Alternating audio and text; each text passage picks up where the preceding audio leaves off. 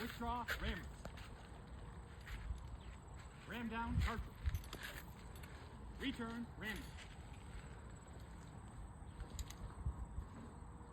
Shoulder, arms. And it hurts because you... Make ready. Present. Fire.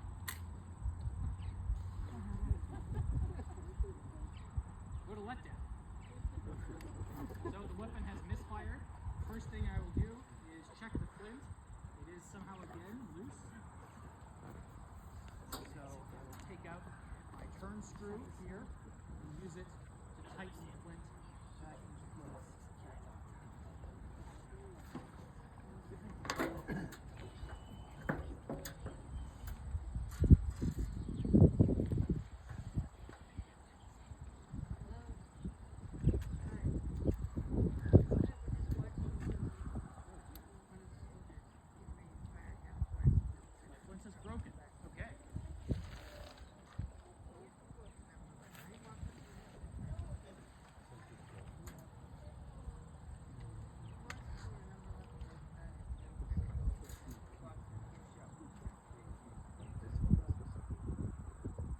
Imagine this is not the sort of thing I'd like to be doing on the battlefield when people are shooting at me.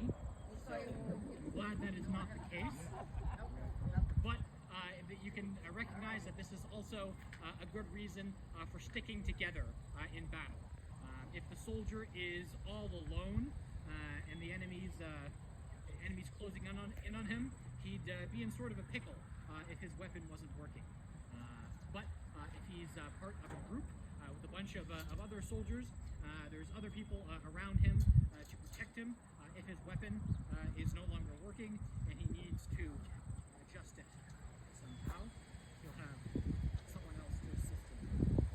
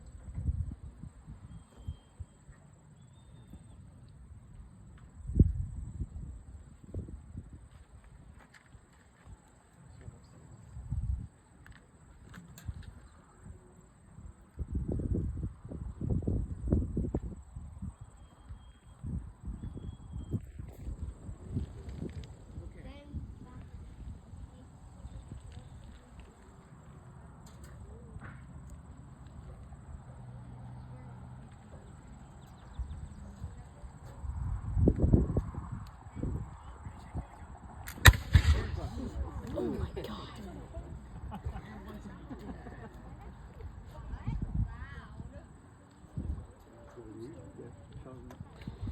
That scared me. Did he flinch?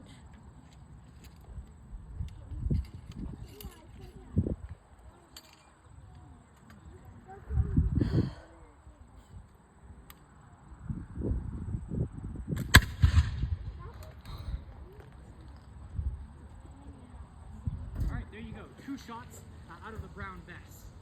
So as you can see, when the weapon goes off, it's not just with a bang, but with a big puff of smoke as well. When black powder burns, it makes a pretty considerable amount of thick white smoke. You can imagine on a battlefield, there's hundreds or thousands of soldiers firing at one another by the dozen. You have to just imagine the amount of smoke that would make covering the battlefield.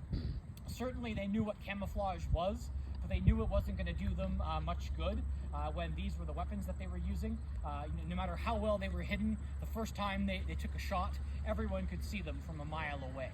So instead, they went the opposite route. Instead of wearing camouflage, they wore clothes that were designed to stand out, to make identification easier on the battlefield, to allow you to be able to distinguish between friend and foe.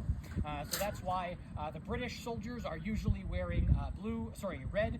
The Americans are usually wearing blue, but both sides have tall caps, lots of shiny metal, and black or white belts making an X to hold their equipment. So all of these are uniforms that are designed to stand out and make an impression on the enemy, because if they're going to be able to see you, you should look your best while you're at it. Now, in addition to the musket as a weapon, the soldiers had another weapon, which was used for hand-to-hand combat, something that went on very nicely with the musket. That was the bayonet here. So this is a socket bayonet, the type that was used in the War of 1812. It's basically an enormous steel spike that fits over top of the muzzle of the weapon, like so. So you can continue to load and fire the weapon with the bayonet attached without great difficulty. The bullet will pass right through the socket, but you can also use it as a sort of spear or pike. So this is a good weapon for attack and defense. You can use it against the enemy. If they decide to try and charge you, well, the bayonet never needs to be reloaded and almost never misfires. So it was a very handy weapon for those cases. And I think that is about all I will say today on the matter. Thank you very much for your time and attention. If you have any questions, comments, or insults for me, please come and ask them. The next demonstration we have will be a music demonstration, military music, at 1:30. The other side